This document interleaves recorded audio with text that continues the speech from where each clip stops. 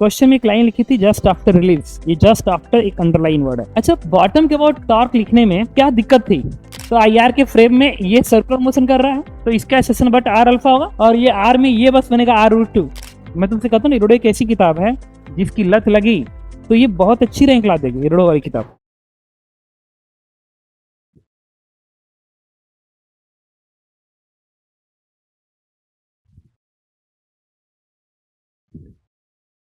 देखो, ये एक अगेन डिस्क है, मास एम, रेडियस आर, और एक पॉइंट मास यहाँ पे है जिसका मास एम है। कॉपी करो तो बहुत स्टैंडर्ड क्वेश्चन है, और सरफेस सफिशिएंट रफ है।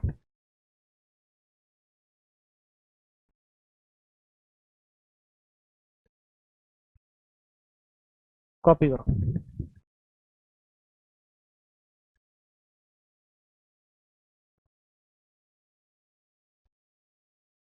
लिख लिया? अभी दिमाग खराब होगा ना, बताता हूँ।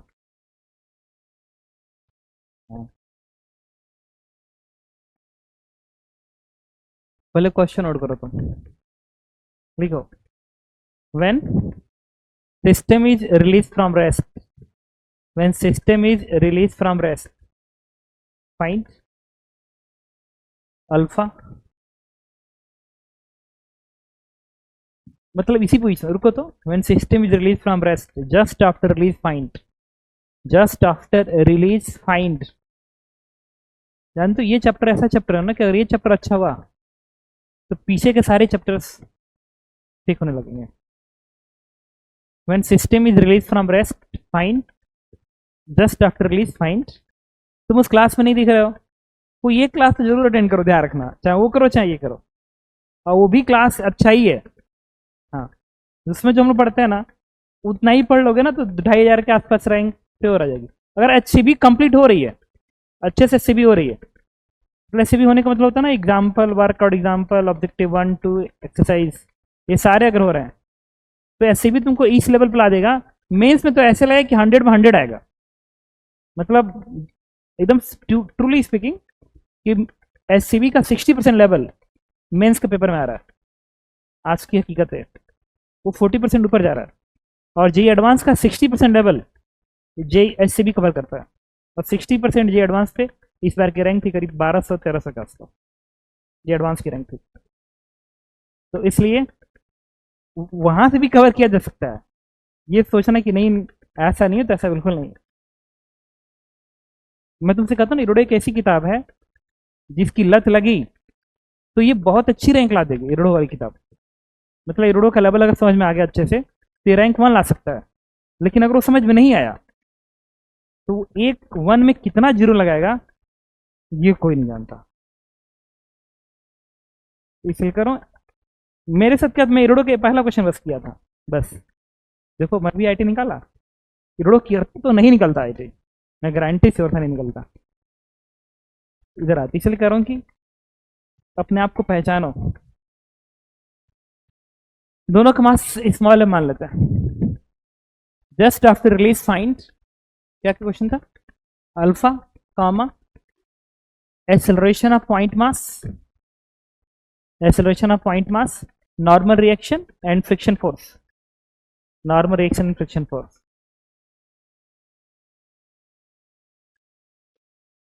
हम सॉल्व नहीं करा रहे हैं। मुझे ये बताओ, इस अच्छा सफिशिएंट रफ है मतलब स्लिप नहीं करेगा, तो बॉटम क्या होगा? IR होगा क्या? IR पे तो क्वेश्चन मत किया करो तुम, IR का जैसे नाम है सीधे स्पीड 0 है, IR है बस।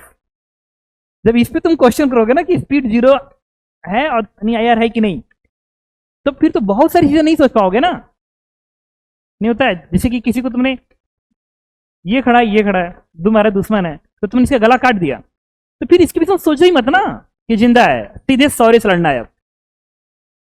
तो जब तुम इस पे सोचोगे नहीं मरा है कि नहीं मरा है, तो तुम्हारा दिमाग बढ़ गया ना, तो उससे लड़ोगे कैसे? वही मैं कर रहा हूँ कि अगर एक क्लियर हो जाए कि सफिशिएंट रफ है, स्लिप नहीं कर रहा है, प्लेनर मोशन है, बॉटम इज IR, कम से कम सेंटर ऑफ रोटेशन तो है ये प्लेन मोशन में, और एक्सिस इसी से पास करेगी और ऐसे होगी। तो क्वेश्चन है कि क्या इस पॉइंट के बाद टॉर्क लिखना चाहिए? बताओ।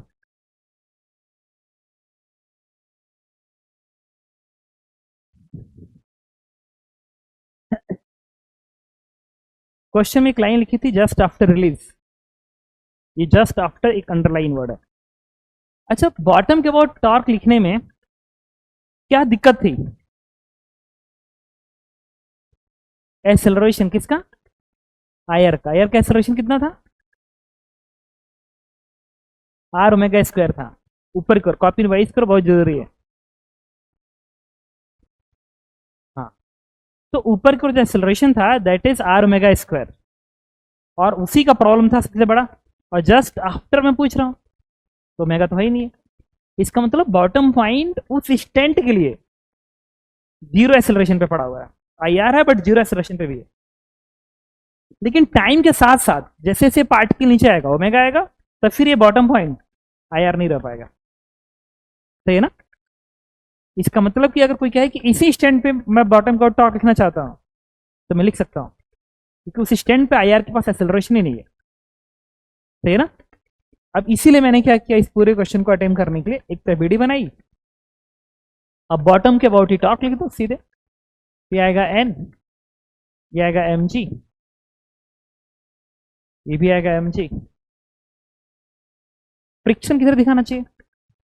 आगे, क्योंकि अगर ऐसे घूम रहा है तो फ्रिक्शन तो उसको आगे लेके जा रहा है। तुम दोनों फ्रेंड हो गया।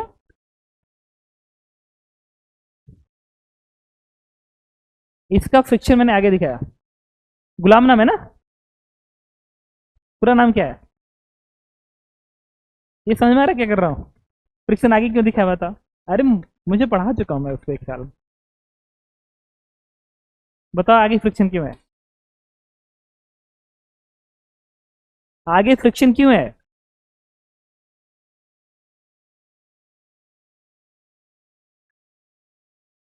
बगल वाले से पूछो।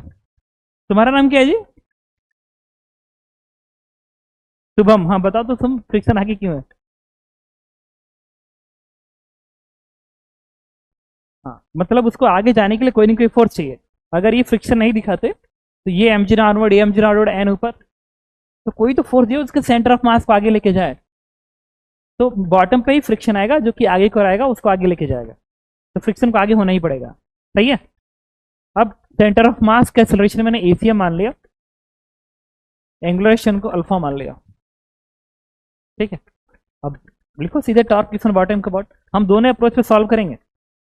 एक तो मेथड 1 जिसमें मैं आईआर की हेल्प ले रहा हूं, तो बॉटम में क्या अबाउट बनेगा, एम जी इंटू आर बराबर नेट आई।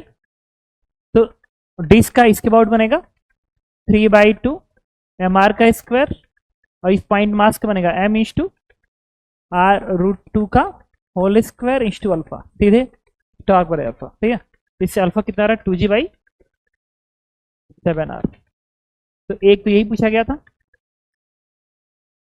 अगला क्वेश्चन था पॉइंट मास का एक्सेलरेशन। आंसर, हाँ तो अब आंसर बताओ ना, इसके बाद पॉइंट मास का आंसर बताओ एक्सेलरेशन का।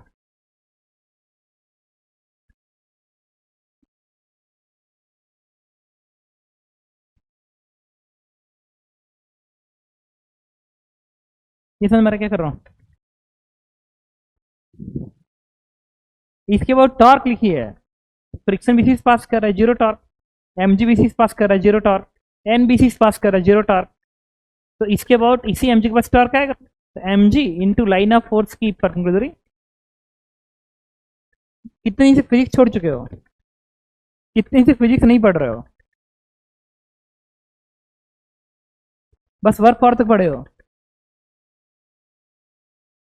आज से चालू किए फिजिक्स?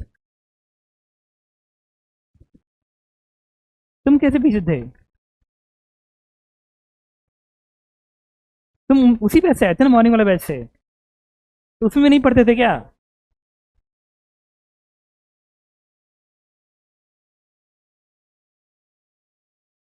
सुबह वाली क्लास में भी?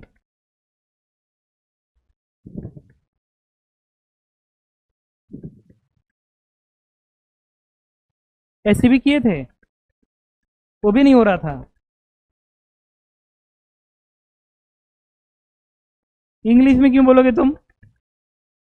इंग्लिश तो मुझे समझ में नहीं आती है। पूरी क्लास में मैं तुमको एक लाइन बोलता था ना। तुम मेरी क्लास की अटेंड की हो सुबह में? सुबह कभी क्लास अटेंड किया मेरा उस बैच में? उस बैच में क्लास अटेंड करते थे फिजिक्स की?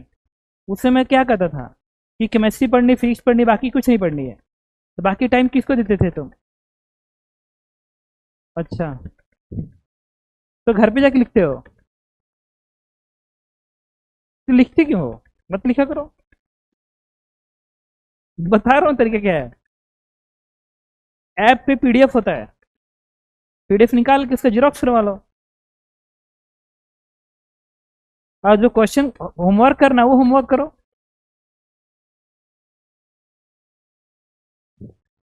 होमवर्क भी स्लो हो जाता है। तो मैनेज कैसे करोगे ये सब?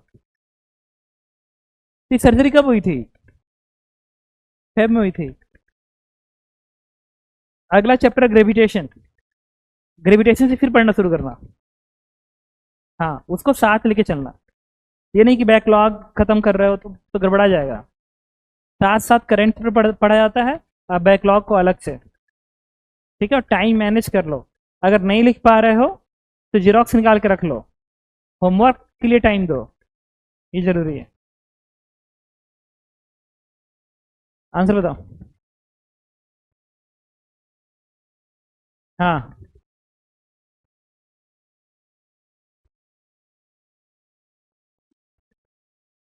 आंसर बताओ बस। 2√2g/7 यही है। सही है, सही तो है जी। तुमने क्या किया इसमें? सेंटर के फ्रेम में क्या?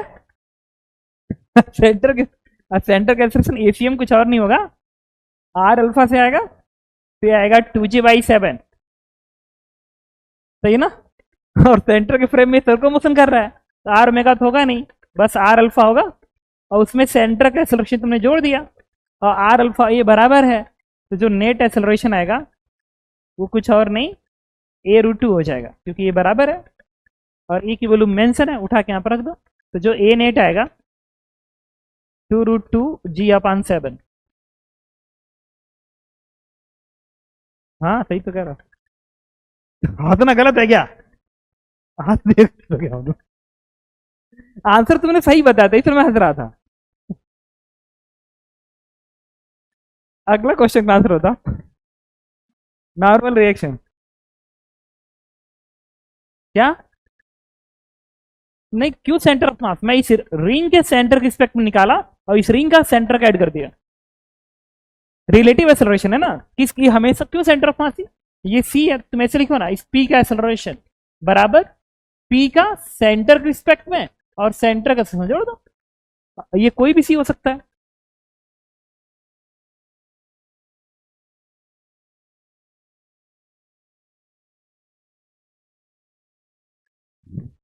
मेरा क्वेश्चन है, जानते हो ना? नॉर्मल रिएक्शन बताना बस। ग्राउंड कैन, आंसर बताओ। हाँ, एकदम सेम आएगा आंसर। आई आर के पास एक्सेलरेशन नहीं है, तो आई आर के फ्रेम में ये सर्कुलर मोशन कर रहा है, तो इसका एक्सेलरेशन बट आर अल्फा होगा। और ये आर में ये बस बनेगा r√2, तो r√2 इंटू अल्फा करोगे सीधे यही आ जाएगा। यहाँ पे यूज कर सकते हो क्योंकि आई आर का एक्सेलरेशन 0 है। बताओ एन की वैल्यू कितनी होगी? हाँ, और कौन पूछ रहा है? वही एन, और कोई एन नहीं है। अच्छा, एन 2mg से ज्यादा होगा कम होगा?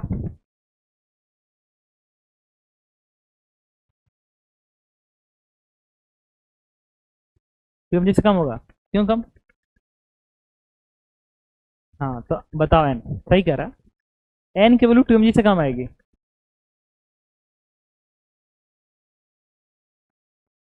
हाँ, जो भी हो, बट उससे तो कम ही आएगी 2mg से। एन की वैल्यू बताओ। इक्वेशन लिखो ना, जब दिमाग कर रहा है कि यही होगा तो इक्वेशन लिखो।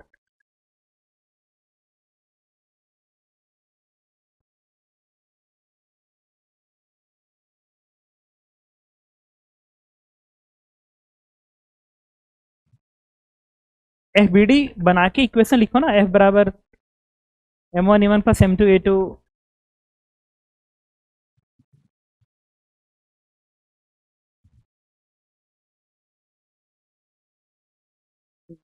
ये भी कुछ गड़बड़े लग रहा है, ये नहीं है।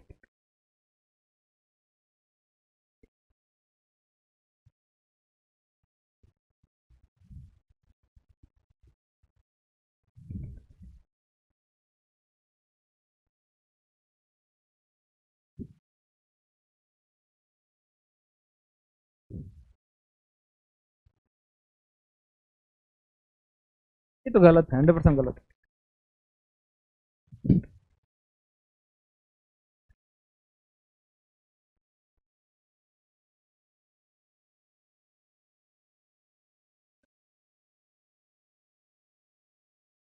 क्यों एन एक्स एन वाई मान रहे हो यार? सिस्टम पे मान की इक्वेशन लिखो। किसी भी सिस्टम पर नेट फोर्स बराबर होता है m1 plus m2 a2 plus m3 a3 किसी भी डायरेक्शन में। सुने हो कभी जिंदगी में?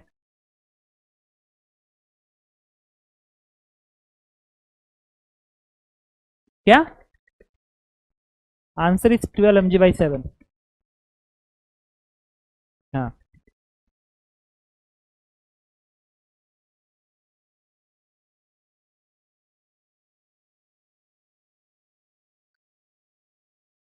है ना 12 mg/7। हाँ, देखो पूरे भी क्वेश्चन लिखते हैं। तो हम लोग ये पढ़े ना, किसी भी सिस्टम पर नेट फोर्स होता है m1 a1 plus m2 a2 in any direction you can write this equations. तो चलो लिखते हैं वाई डायरेक्शन में। तो वाई में फोर्स इक्वेशन तुम लिखोगे n minus M G minus M G. देखो n माइनस एम जी बराबर m1 a1 plus m2 a2।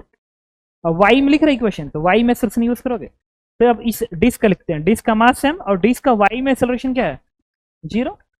और डिस्क का तो सेंटर हॉरिजॉन्टली भाग रहा है ना, तो कभी वाई में भाग ही नहीं रहा। दैट मीन्स डिस्क के सेंटर का एक्सेलरेशन 0 होना चाहिए। तो लिखेंगे 0 प्लस m इंटू इसका एक्सेलरेशन नीचे, तो माइनस आर अल्फा लिखें। अब जैसे प्लेस करोगे आर अल्फा की वैल्यू, एन की वैल्यू सॉल्व कर जाएगी 12 mg/7। सही है। और सेंटर का एक्सेलरेशन हमेशा हॉरिजॉन्टल रहेगा। सही है। अच्छा, कोई ये कहा था कि एक चीज और है। अभी ना तुम ये पता कर रहे थे पूरे सिस्टम का सेंटर ऑफ मास का हेल्प ले रहे थे, उसका भी हेल्प लेंगे, सेम आंसर आएगा। हाँ, क्योंकि इनके पूरे सिस्टम का सेंटर ऑफ मास बीच में है और उसका एक्सेलरेशन किधर होगा? नीचे की ओर। नीचे की ओर होगा r/2 अल्फा और उसमें ये जोड़ेंगे। तो ये जब r/2 अल्फा करोगे ना, तो टोटल मास इंटू ए करोगे तो टोटल में 2m आएगा और r/2 से 2 कट जाएगा, फिर यही बना देगा r अल्फा।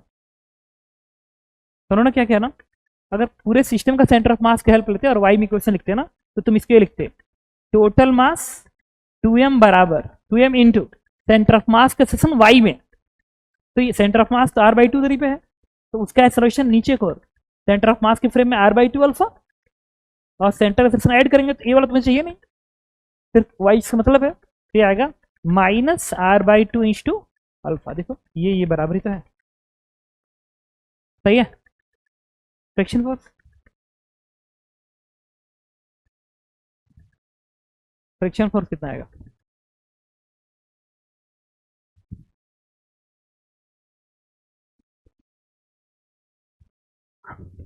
आंसर बताओ।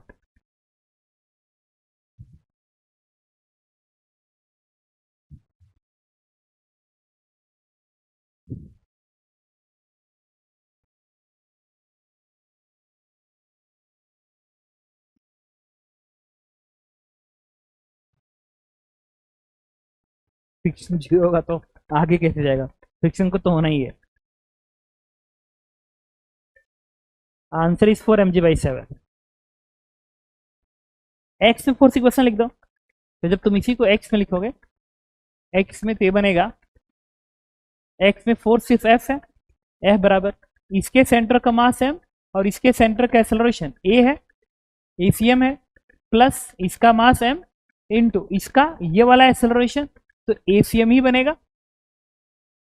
समझ रहे हो ना? सही है। ये बन गया 2m एसीएम और एसीएम वहां से उठा कर रख दो, इट इज 4 mg/7। सही है। और कोई पूछता है कि बताओ मिनिमम कोफिशिएंट ऑफ फ्रिक्शन क्या होना चाहिए ताकि इनिशियली स्लिप ना करे, तो इसी फ्रिक्शन को म्यू एन के बराबर कर देते। सही है। अच्छा, इस क्वेश्चन में अब जब तुमने इसके यहाँ से रिलीज किया तो ये पार्टिकल नीचे को आ रहा है, तो मुझे ये जानना है कि जब यही पार्टिकल बॉटम पे आता है तो बॉटम पे आने के बाद नॉर्मल रिएक्शन कितना है, बॉटम पे एन कितना होगा। हाँ लिखो तो, when when in subsequent motion, when in subsequent motion, subsequent motion क्या बोलते हैं जी, हाँ वही जो इंग्लिश में बोला जाता है। In subsequent motion when particle becomes, when particle reach at bottom, when particle reach at bottom, particle reach at bottom, then find normal reaction and friction force, then find normal reaction and friction force।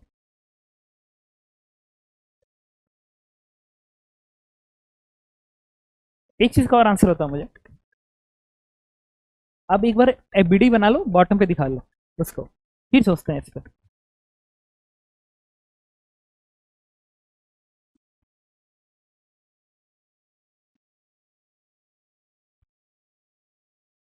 ये क्या इस case में हम लोग bottom point भी आई आ रहा है, sufficient rough है, स्लिप नहीं करेगा, तो क्या इस केस में हम लोग बॉटम के अबाउट टॉर्क की इक्वेशन लिख सकते हैं, बॉटम के रिस्पेक्ट में टॉर्क की इक्वेशन लिख सकते हैं कि नहीं, एकदम लिख सकते हैं, क्योंकि बॉटम का सेक्शन ऊपर करोगा और इन दोनों का सेंटर ऑफ मास इसी लाइन पे आ गया, तो फिर उसी से पास कर रहा है, तो वी कैन अगेन राइट। ठीक है, अच्छा इस अगर लिख सकते हो तो मुझे ये बताओ अल्फा कितना आएगा, अल्फा 0 आएगा, मतलब इस स्टैंड पे अल्फा 0 आएगा। फ्रिक्शन आगे दिखा दिया, हाँ सही है ना, सारी फोर्सेस आई आर से पास कर रहा, 0 आएगा, 10 mg/3। हाँ अच्छा एक और बात है, बॉटम के पास जो एक्सेलरेशन होगा, फोर्स इक्वेशन लिखोगे ना, तो F बराबर होता है, अच्छा एक बात बताओ, ये जो n आना चाहिए वो 2 mg से ज्यादा होना चाहिए, कम होना चाहिए, क्यों, जाने की नहीं, एक्सेलरेशन के टर्म्स में बोलो तो एक्चुअली में क्या है कि बॉटम पे जो पार्टिकल है ना उसका एक्सेलरेशन आर ओमेगा इसका ऊपर क्यों है, और इसके सेंटर के पास वाई में एक्सेलरेशन नहीं है, तो इस पूरे सिस्टम के पास ये जो एक्सेलरेशन ऊपर पर है ये तभी मिलेगा जब इस पूरे सिस्टम पर नेट फोर्स अपवर्ड होगा, दैट मीन्स इस एन को इस mg और इस mg के सम से ज्यादा होना चाहिए, तो 2 mg से ज्यादा आंसर आएगा। तो हमें क्या निकालने की जरूरत है, ओमेगा, क्योंकि बॉटम के सेक्शन में आर ओमेगा स्क्वायर आएगा ना, तो जब तक ओमेगा मिलेगा नहीं तब तक आंसर आएगा नहीं। हाँ तो ये इस इंस्टेंट पे एंगुलर वेलोसिटी ओमेगा है, क्योंकि तो पूछे फोर्स इक्वेशन बताइए, तो ये बनेगा n माइनस एम जी बराबर इसका मास m इंटू उसके सेंटर का एक्सेलरेशन 0 प्लस इसका मास m और बॉटम वाले का एक्सेलरेशन आर ओमेगा का स्क्वायर, ओमेगा निकालेंगे तो आंसर आएगा, ओमेगा पाने के वर्क थ्योरम। तो ये जो mg है वो यहां से यहां तक आया है, तो mg का वर्डन बनेगा mg/r, क्या फ्रिक्शन वर्क करेगा, नहीं स्लिप नहीं कर रहा है, n वर्क करेगा नहीं, और इस रिंग का जो mg है वो वर्क करेगा नहीं, सही है ना, तो नेट वर्डन यही बनना चाहिए।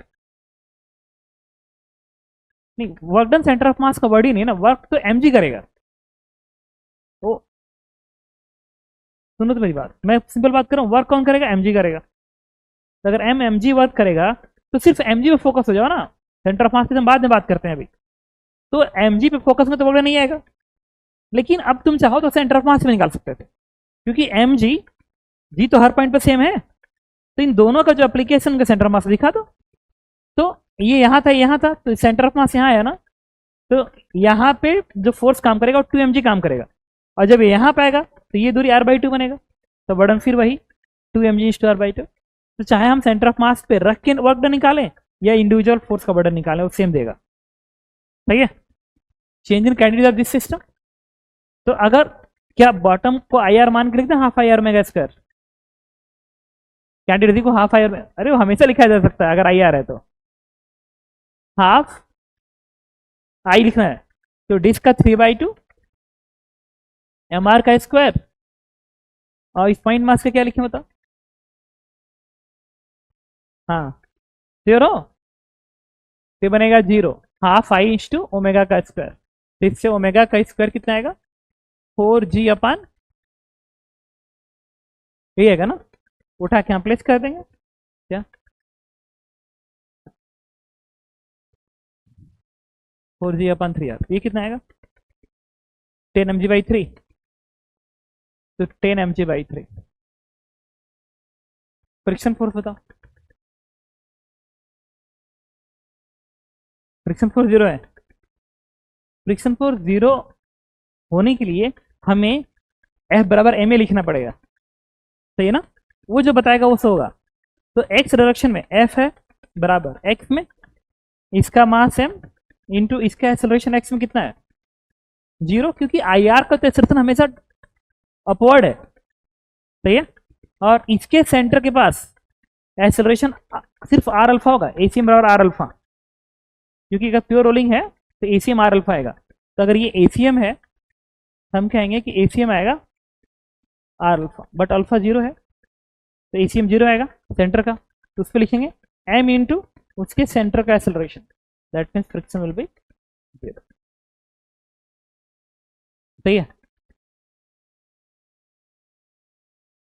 हटाएं इसको। इसमें ना एक क्वेश्चन और करते हैं, ये है, ये थोड़ा सा अच्छा क्वेश्चन बन जाएगा। ये दिया गया एक अगेन डिस्क है, बट इसमें यहाँ पे एक पॉइंट मास है m मास का, ये एक रिंग है जिसका मास m है, रेडियस r है, और सरफेस अगेन सफिशिएंट रफ है। अब मैं इसमें ये चाहता हूं कि जब इसको रिलीज करोगे ना तो यहाँ पे चिपका हुआ है, समझ में आ रहा है मैं क्या समझा रहा हूँ?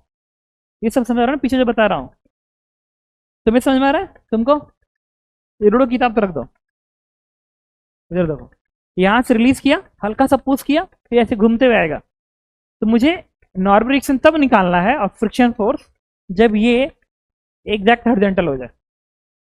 लिखो तो, when ring is displace slightly, when ring is displaced slightly,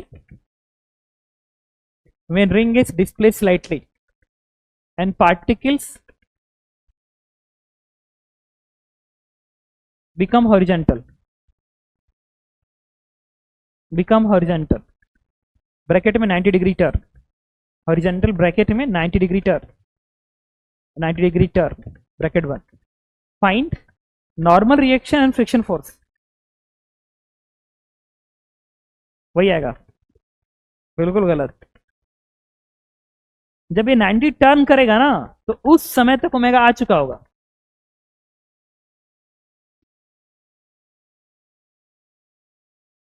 are omega square bottom I R की तरफ से काम करेगा तो सही है, लेकिन उसका एक्सेलरेशन किधर होगा?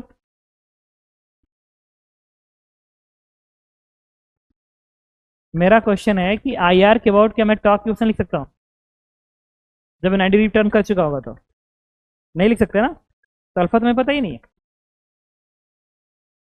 तो सेंटर ऑफ मास, पूरे सिस्टम के सेंटर ऑफ मास पे ना, रिंग के सेंटर के अबाउट। अच्छा, रिंग के सेंटर के अबाउट क्या लिखा जा सकता है?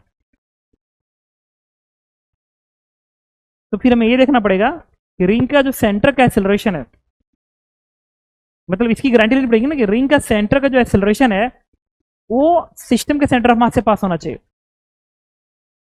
जैसे आई आर के अबाउट टॉर्क कब लिखते हो?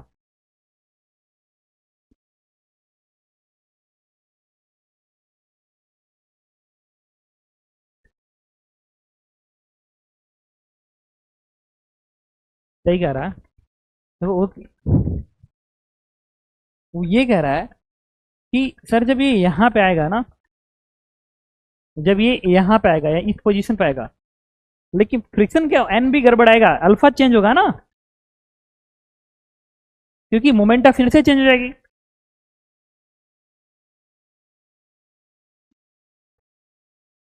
अच्छा सुनो, पहली बात, बॉटम के अबाउट लिख सकते हैं? नहीं, उससे कारण है कि जब ये यहां पे आएगा ना, इस कंडीशन पे फाइनल होगा। एक सेकेंड रुको, ये वाला मास है में, ये रिंग है, तो इन दोनों का जो कंबाइंड सेंटर ऑफ मास है वो कहाँ पे है? यहाँ पे। ये कंबाइंड सेंटर ऑफ मास है। तो अगर तुम इसके अबाउट इक्वेशन लिखोगे टॉर्क का, तो प्रॉब्लम इसलिए आएगी क्योंकि इसका एक्सेलरेशन ऊपर को है, तो इसका जो सूडो टॉर्क आएगा, सूडो वाला फोर्स, वो इस पूरे सिस्टम के सेंटर ऑफ मास से ऐसे पास करेगा, तो इसके अबाउट ये टॉर्क दे देगा। इसका मतलब कि हमें बॉटम के अबाउट टॉर्क इक्वेशन नहीं लिखनी है। अब क्वेश्चन ये है कि उसने कहा, अच्छा एक और बात, पूरे सिस्टम के इसके अबाउट तो लिखा ही जा सकता है, पूरे सिस्टम के सेंटर ऑफ मास के अबाउट तो हमेशा लिखा जा सकता है, कुछ भी यार फर्क नहीं पड़ता है, क्योंकि पूरे सिस्टम का जो सेंटर ऑफ मास है ना, अगर उसके बाद टॉर्क लिखोगे तो उसके एक्सेलरेशन का जो सूडो होगा उसी से पास करेगा। इतना लिखा गया था torque about centre of mass और ICM alpha, it is always, वहां पे लिखा था ऑलवेज, ये नहीं लिखा था कि सूडो का चक्कर वगैरह कुछ नहीं लिखा था। सही है ना? तो इसके बाद तो हमेशा लिख सकते हैं। सही है, वो अभी हम उस पर लिखेंगे आके। बट एक और जगह लिखने का, वो जो बोल रहा है ना इसके बाद, वो इसलिए लिख सकता हूं कि इसका एक्सेलरेशन तो हमेशा ऐसे ही रहेगा। अगर इसका एक्सेलरेशन हमेशा ऐसे रहेगा तो ये इसी कंबाइंड सेंटर ऑफ मास से तो पास कर रहा है, तो फिर ये टॉर्क जीरो देगा इसके बाद। अगर यहाँ पे खड़े होंगे तो सूडो ऐसे मिलेगा ना, और वो इसी से पास करेगा, टॉर्क जीरो देगा। सही है, मतलब अगर हम चाहें तो इसके अबाउट भी लिखेंगे तो कुछ गलत नहीं है, इसके अबाउट भी लिख सकते हो और आंसर सेम आएगा। अगर तुम इसके अबाउट लिखो तो इसके अबाउट भी लिख सकते हो, इसके अबाउट लिख सकते हो, इवन। हाँ बस, सही है ना?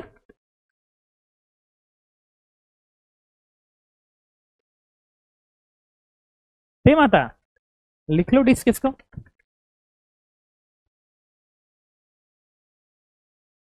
चेक कर लेते हैं। सही है, सही है ना? अरे सिंपल सी बात है, जिस पॉइंट के अबाउट तुम टॉर्क लिखने जा रहे हो उसका एक्सेलरेशन पूरे सिस्टम के सेंटर ऑफ मास से पास करेगा, तो लिख देखो। जैसे IR का एक्सेलरेशन मतलब इस पोजीशन पे सेंटर ऑफ मास से पास कर रहा था प्रीवियस क्वेश्चन में, तो टॉर्क लिख पाए थे। बट जब ये यहां पर जाएगा तो इसका एक्सेलरेशन इससे पास करेगा, जबकि कंबाइंड सेंटर मास यहाँ पे है, तो तुम इसके अबाउट तो नहीं लिख सकते हो। बट इसके अबाउट क्यों लिख रहा हूं? क्योंकि इसका जो मोशन है वो सिर्फ हॉरिजॉन्टल होगा, तो इसका एक्सेलरेशन तो इसी से पास करेगा, तो लिख सकते हो। सही है ना? हाँ थोड़ा सा है कॉम्प्लिकेटेड, बट है, बट इतना भी वो नहीं है गड़बड़ सरबड़। ये जी एडवांस का सबसे अच्छा क्वेश्चन नहीं कह सकते उसको, ये जी एडवांस का तो मान के चलो 70% क्वेश्चन पे जाएगा, उससे ऊपर नहीं जाएगा, उसके लेवल पे जाएगा। सही है, तो अभी मैं उस अप्रोच भी दिखाऊंगा जो जनरल मेथड होता है कि हमेशा सिस्टम के सेंटर ऑफ मास को लिखो, आंसर सेम आता है। ठीक है, बट चूंकि एक पॉइंट मिल गया हमें उसके लाइन से, तो उसके अबाउट लिख कर देखते हैं और फिर उस मेथड से वेरीफाई कराएंगे कि हाँ देखो आंसर सेम आ रहा है। तो चलो एबीडी बनाते हैं। एबीडी में एमजी में ऐसे दिखाऊंगा, नॉर्मल रिएक्शन ऐसे दिखाऊंगा, ये वाला एमजी ऐसे में दिखाऊंगा, फ्रिक्शन फोर्स मैंने आगे की ओर दिखा दिया। अब लिखेंगे टॉर्क। अब इधर देखो थोड़ा सा, जब तुम इसके अबाउट टॉर्क लिखोगे तो हाँ इस एमजी का टॉर्क आएगा, ये अल्फा सेम आएगा। हाँ तो इसके अबाउट जब तुम टॉर्क लिखोगे ना, अभी सोचते हैं, इसके बाद जब टॉर्क लिखो क्या आएगा? mg is to R, friction का टॉर्क उल्टा आएगा, अल्फा का सेंस मैंने ऐसे माना है, ये बनेगा minus R into F, N का जीरो, इस mg का जीरो। सही है, सही है ना? नहीं अभी भी सेम ही आएगा। उसका कारण पता है क्या है? वहां पे भी अगर तुम इसके बाद लिखते हैं ना, तभी तो फ्रिक्शन का टॉर्क दिखाते ही, तो रिजल्ट तो सेम लग रहा है कि सेम आना चाहिए। तो इसके अबाउट लिखो तो आई, तो इस पॉइंट मास से क्या बनेगा? mr का स्क्वायर प्लस इस रिंग का इसके सेंटर के about, sorry mr square by 2 into alpha. सही है, तो यहां से अल्फा की वैल्यू आएगी, अभी नहीं आ पाएगा, अभी यही रहेगा क्वेश्चन नंबर 1। अब लिखेंगे f बराबर m है, x के डायरेक्शन में, तो f बराबर इस पॉइंट मास का मास m इनटू इसका एक्सेलरेशन होगा r अल्फा, r अल्फा क्योंकि प्योर रोलिंग है तो इसका एक्सेलरेशन बनेगा r अल्फा, और सेंटर ऑफ मास के फ्रेम में इसका एक्सेलरेशन नीचे की ओर बनेगा r अल्फा हाँ नहीं, बराबर नहीं आएगा, अब ओमेगा आ जाएगा इसका। मतलब सेंटर ऑफ मास के फ्रेम में इसका एक्सेशन होगा आर अल्फा, और इधर आएगा आर ओमेगा स्क्वायर, और उसी में तो यहाँ लिख रहा हूँ, सेंटर ऑफ मास के फ्रेम में ऐसे घूम रहा है ना, तो इसका एक्सेशन आर अल्फा इधर, और toward the centre R omega का स्क्वायर, और सेंटर का एक्सेलरेशन इसमें आर अल्फा जोड़ना पड़ेगा।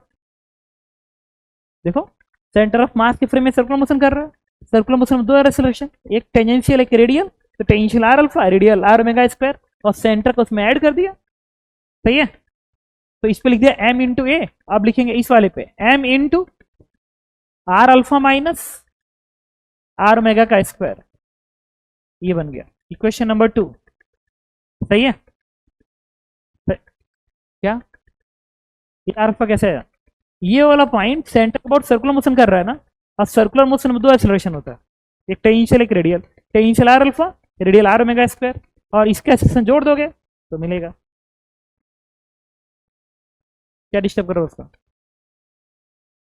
तुम डिस्टर्ब कर रहे हो, क्या कंफ्यूजन है बताओ?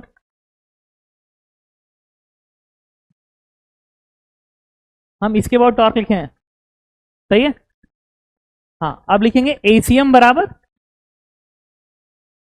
हालांकि एसीएम की जरूरत ही नहीं है, अब इसमें ना ओमेगा निकालना पड़ेगा, ओमेगा फिर वर्क रेजिस्टेंस, यहां से यहां तक आते समय एम जी का वर्क डन, एम जी इंस टू आर, देखो एम जी इंस टू आर, ये वाला एम जी तो वर्क करेगा नहीं, change in kinetic energy of the system. अच्छा इस सिस्टम की काइनेटिक एनर्जी में क्या मैं सीधे आई आर की हेल्प से लिख सकता हूँ? काइनेटिक एनर्जी हाँ लिख सकता हूँ, रिवाइज नहीं होती कॉपी ना, कॉपी पर लिखा था half I R omega square, always, always है, आई आर के रिस्पेक्ट में तुम वेलोसिटी ऑलवेज निकाल सकते हो, वो ग्राउंड फ्रेम में ही मिलेगा, बट एक्सेलरेशन वाला मैं बस मना किया था, है ना, कि एक्सेलरेशन निकालेंगे उसके बाद एक्सेलरेशन आ जाता है। सही है जी, तो हम लिखेंगे, सही है, तो एम जी आर बराबर, अब इसके अबाउट लिखो सीधे हाफ आई डिस्क का 3/2 एम आर का square plus M into R root 2 का होल स्क्वायर, ये बनेगा 2r का स्क्वायर इंच टू ओमेगा का स्क्वायर,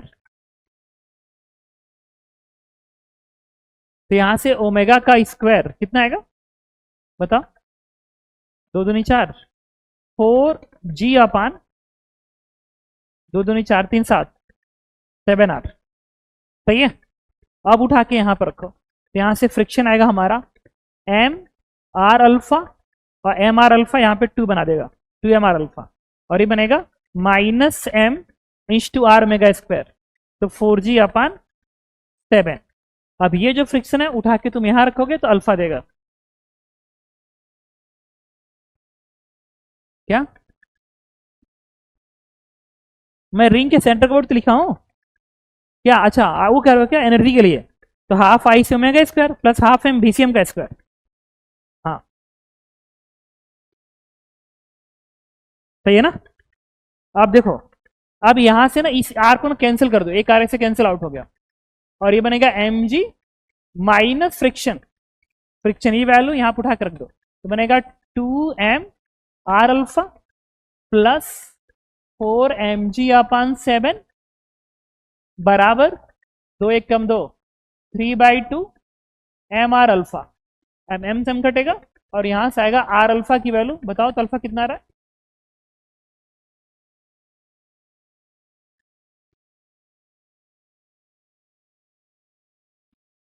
आर अल्फा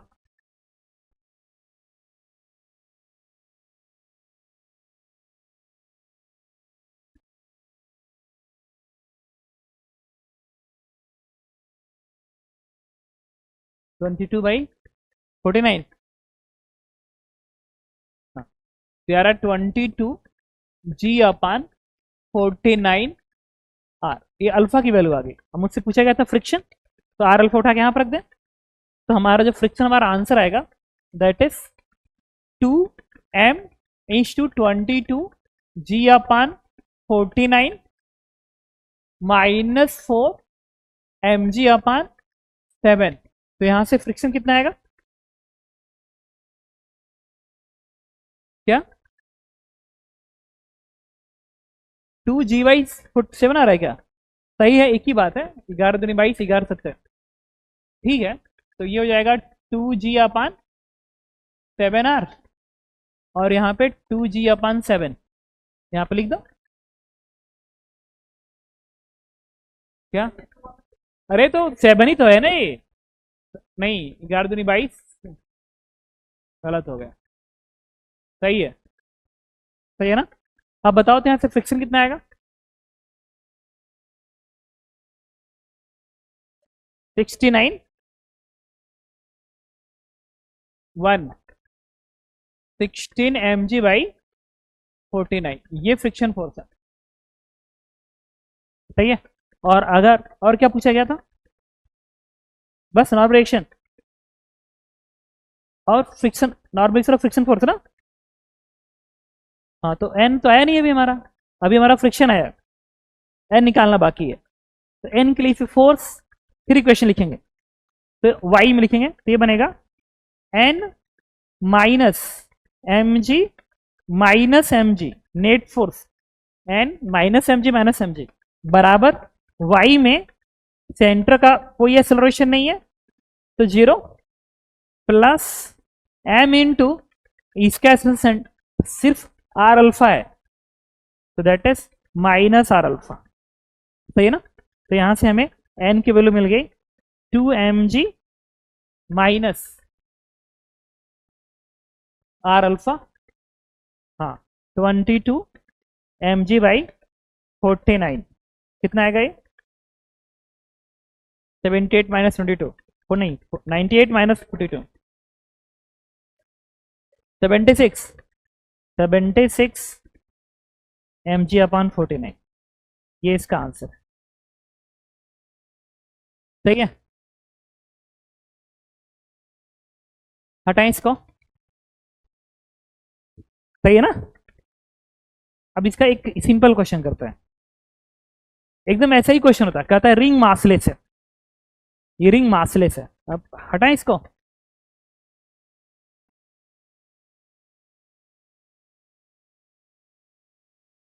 एक रिंग है इस तरीके से, और यहां पे एक पॉइंट मास फिक्स कर दिया मैंने, और कह रहा हूं ये मासलेस है, मासलेस। तो मुझे ये पूछना है, लिखो तो, find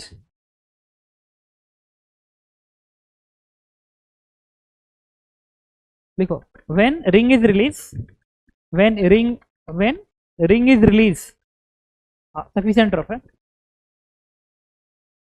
when ring is released particle becomes horizontal, and then particle becomes horizontal bracket में 90 degree turn, particle becomes horizontal bracket में 90 degree turn, then find alpha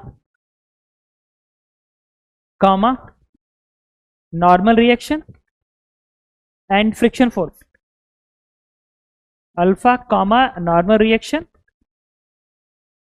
and friction force. अब बताओ इसको सॉल्व करो।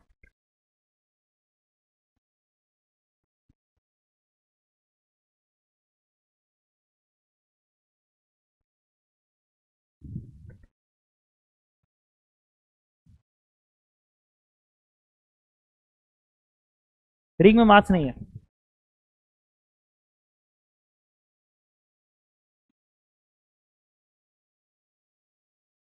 क्या ग्राउंड से क्यों नहीं आएगा?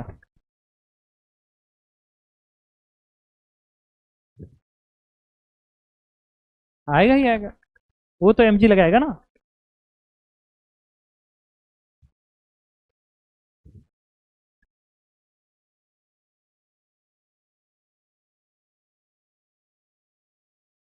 क्या है? अच्छा ये बताओ, इतना क्या प्रॉब्लम है यार? पिछला क्वेश्चन में रिंग में मास था, ठीक है, तो उसको हमने कर लिया, इसमें क्या रखा है? बस उसी वहां पे जो m था वहां पे 0 करना था बस, तो इसमें क्या कि मासलेस है, तो बड़ा अजीब सी चीज है ये। सॉल्व आंसर बताओ।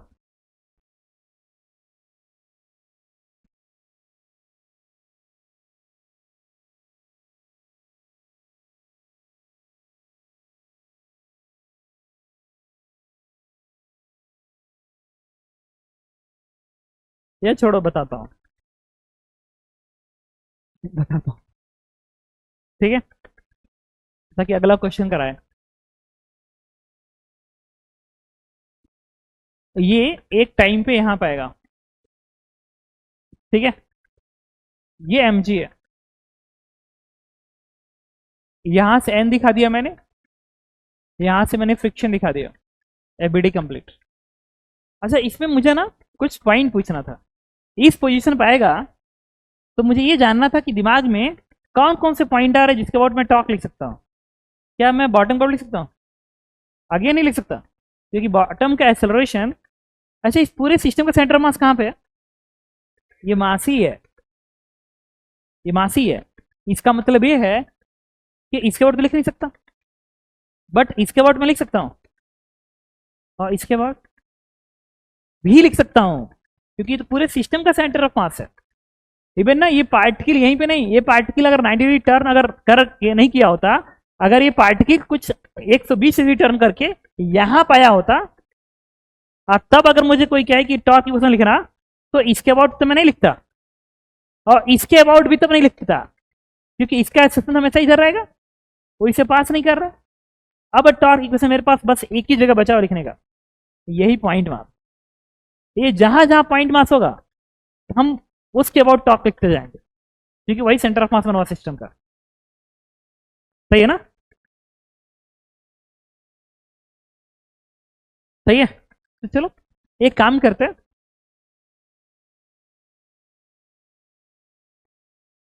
इसके अबाउट ना टॉर्क तब लिखेंगे जब इसका एक्सेलरेशन, जो कि ऊपर का आर मेगा स्क्वायर, वो हमेशा इस पूरे सिस्टम के सेंटर ऑफ मास से पास करे, पूरे सिस्टम के सेंटर ऑफ मास से।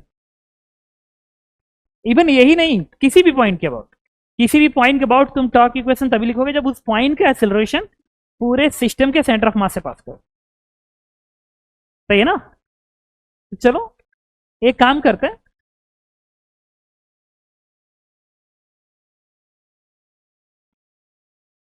अच्छा एक बात बताओ, इसमें कोई कहता है कि एन और एफ का रेशियो बताओ, एन और एफ का रेशियो 1, हमेशा 1 रहती। हाँ, क्योंकि इसके बाद जब तुम टॉर्क लिखोगे ना, तो एन ऐसे घुमाएगा, फ्रिक्शन ऐसे घुमाएगा, एन बराबर आई अल्फा, आई तो 0 आ जाएगा, और ये दूरी बराबर है। मतलब इस पूरे क्वेश्चन में इस स्टैंड पे एन और एफ का रेशियो 1 रहना चाहिए। सही ना? देखो मासलेस होने के फायदे कितने, हम कुछ रिजल्ट बहुत जल्दी जल्दी सोच सकते हैं। सही है, तो ठीक है, तो इसी के बाद लिख लो, सब अच्छी बात है, बेकार में क्यों हम इधर उधर लिखे सर दर्द कराने के लिए। तो इससे तो पहला ही क्वेश्चन बन गया, इसके बाद टॉर्क लिखे तो N is to R minus R into F बराबर 0, तो इससे एन बराबर आ गया एफ, पहला ही क्वेश्चन। दूसरा, अब इसके पास यहां तक आता है एक्सेलरेशन आया होगा, और ये जब यहां पाया होगा तो इसके पास इसकी एंगुलर वेलोसिटी ओमेगा मान लो, तो mg का वर्क डन ये बनेगा mg is to R, mg का work done mg is to R, बस चेंज इन कैटेगरी। तो कैटेगरी में क्या हाफ आई आर ओमेगा इस तरफ लिख लूं कि नहीं लिखूं? एकदम लिख सकते हैं यार, उसमें क्यों सोचूं मैं इतना। तो आई आर ये है, तो इसके about moment of inertia point mass का बनेगा m is to R root 2 का whole square, that is 2r का स्क्वायर, तो half I is to omega का स्क्वायर, इससे ओमेगा मिल गया हमारा g अपान r का रूट, ओमेगा मिल गया। सही है ना? अब अच्छा, अल्फा तो 0 आया, मतलब इस रिंग के पास अल्फा तो, अल्फा कहां 0 आया है? आई 0 होने की वजह से वो 0 हुआ था। हाँ सही कह रहे हो तुम, अल्फा तो होगा, कोई बात नहीं, इस अब हमें अल्फा निकालना पड़ेगा तभी जाके आंसर आएगा। तो अल्फा निकालने के लिए मैं इसके बाद टॉर्क लिख दूं, इसके बाद तो लिख ही सकते हैं ना। तो जब मैं इसके बाद टॉर्क लिखूंगा तो एन का 0 आएगा, इस mg का आएगा mg इज टू आर ऐसे, और एफ घुमेगा उल्टा, तो माइनस आर इंटू एफ बराबर इसके बाद आई, तो इस पॉइंट मास का ही बनेगा एम आर का स्क्वायर इंस टू अल्फा। क्या कहां से? हाँ सही कह रहा हो, तो बनेगा एम जी माइनस एफ बराबर M R alpha, equation number 2। अब फोर्स इक्वेशन एक्स में लिखेंगे, वाई में फोर्स लिख दो, सही कह रहा है। एक ही बात है, वाई में लिखो एक्स में लिखो। ये तो किधर लिखा गया है, ये तो टॉर्क इक्वेशन था, कोई बात नहीं, ठीक है। एक काम करो, वाई में फोर्स इक्वेशन लिखते हैं।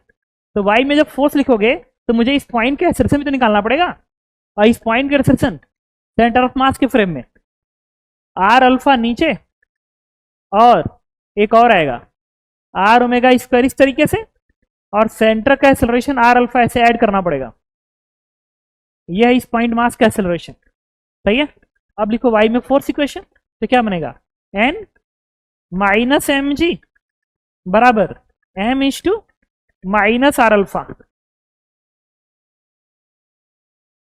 हाँ देखो, कोई फायदे नहीं हुआ, हॉरिजॉन्टल लिखो, एकदम सही कह रहे हो तुम, इससे कोई फायदा ही नहीं मिला, सेम इक्वेशन मिल गया हॉरिजॉन्टल वाला, ठीक है। तो अब एक्स में लिखो, तो एफ बराबर M into R alpha minus R omega का स्क्वायर। अब इस फ्रिक्शन को उठाकर हम यहां पर रखेंगे, अब हमें आंसर आने शुरू होंगे। ये बन गया M G minus F, F के जगह पे M R alpha plus M R omega का स्क्वायर बराबर एम आर अल्फा। ये बनेगा एम जी क्या, आर ओमेगा स्क्वायर 2mg बन जाएगा, और ये 2r alpha, that means alpha आएगा g बाई आर, और फ्रिक्शन हो गया 0। इस स्टैंड पे फ्रिक्शन 0 है क्या,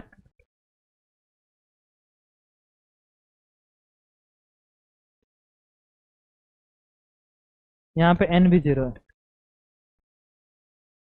हाँ सही है क्या। हाँ, इस स्टैंड पे एक्चुअल में क्या है कि इसका एक्सेलरेशन ना g के बराबर है, मतलब इस स्टैंड पे ये पार्टिकल फ्री फॉल में है। तो फ्री फॉल में तभी होगा जब इसके सिस्टम पे कोई फोर्स एक्स्ट्रा ना लगा हो mg के अलावा, तो n भी 0 होगा, f भी 0 होगा, सही है ना। जनरल मतलब, हाँ चलो लिखते हैं क्वेश्चन इसी में। लिखो अगला question, when particle is at क्या, किसी के वर्ड लिखो, आंसर में यही आना चाहिए। क्या कहां के वर्ड लिखो बताओ, सेंटर वर्ड क्या लिखो, टॉर्क का लिखा तो है, ये क्या है, नहीं ये, इसी का तो हेल्प ले रहा हूं मैं, यही है ना। तो बस, तो इसके बाद से तो फिर फ्रिक्शन एफ बराबर एम ए लगा दिया। लिखो देखो क्वेश्चन सी के अंदर, if particle is at 53 degree angle from upper vertical, क्या,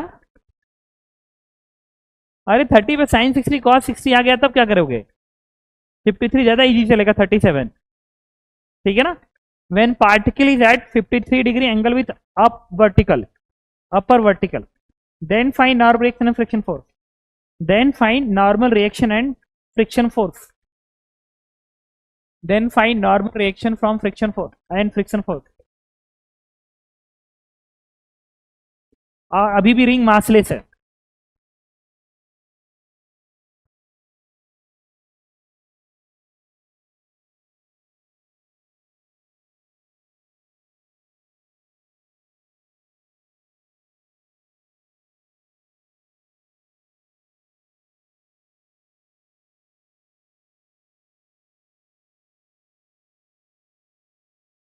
अच्छा इसमें पूछता है एन और एफ का रेशियो बताओ, तो क्या सीधे आंसर जाता, एकदम सीधे जाता, इसी के बाद टॉर्क लिख दो ना, मैं वो नहीं कर रहा हूं, मन आएगा, बट एन एफ का इस पर डायरेक्ट आ जाएगा, मैं इसकी बात कर रहा, सही है ना। तो इसके बाद टॉर्क लिखो, तो एन का टॉर्क बनेगा एन इज टू, ये रेडियस आर है, तो आर साइन 53 माइनस फ्रिक्शन उल्टा घुमाएगा एफ इंटू फ्रिक्शन के यहां से यहां तक की दूरी R plus R cos 53 degree बराबर 0। तो आर 4 कट जाएगा, ये बनेगा N is to 4 minus F, ये बनेगा 3/5, ये बनेगा 8, है ना। तो यहां से आएगा n बराबर 2f, सही है। तो अगर n/f का रेशियो कोई पूछता तो हम डायरेक्ट आंसर कर सकते 2। अब कोई बात नहीं, बट हमें अब फ्रिक्शन फोर्स वगैरह भी पता करना है, तो अब तो एनर्जी क्वेश्चन लिखना ही पड़ेगा क्योंकि उसमें ओमेगा का टर्म तो चाहिए चाहिए। तो यहां से यहां तक आते समय mg का work done, mg is to ये वाली दूरी, ये बनेगा r माइनस R cos 53 degree is equal to half I air, ये दूरी, ये दूरी निकालना पड़ेगा।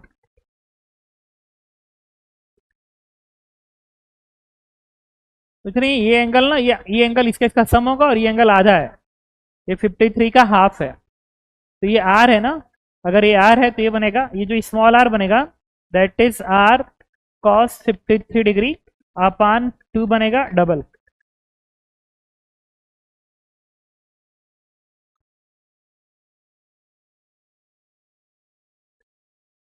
हाँ एकदम से वो भी सही कह रहा है, ये ऐसे भी आ गया, एकदम सही कह रहे कि तुम इसका हेल्प ले लो,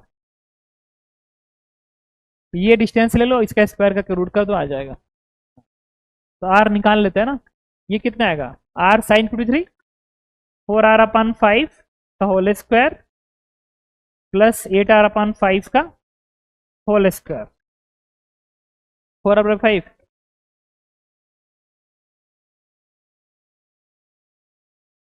एक बार कैल्कुलेशन चेक करना, 64 और 16 180, 80/5, 80/25 यही आएगा ना। अब उठा के यहां पर रखो, हाफ आई की जगह पे m इज टू इसका स्क्वायर 16r का स्क्वायर बाई 5, तो हाफ आई ओमेगा का स्क्वायर, सही है। अब बताओ यहां से ओमेगा स्क्वायर कितना आएगा, ओमेगा का स्क्वायर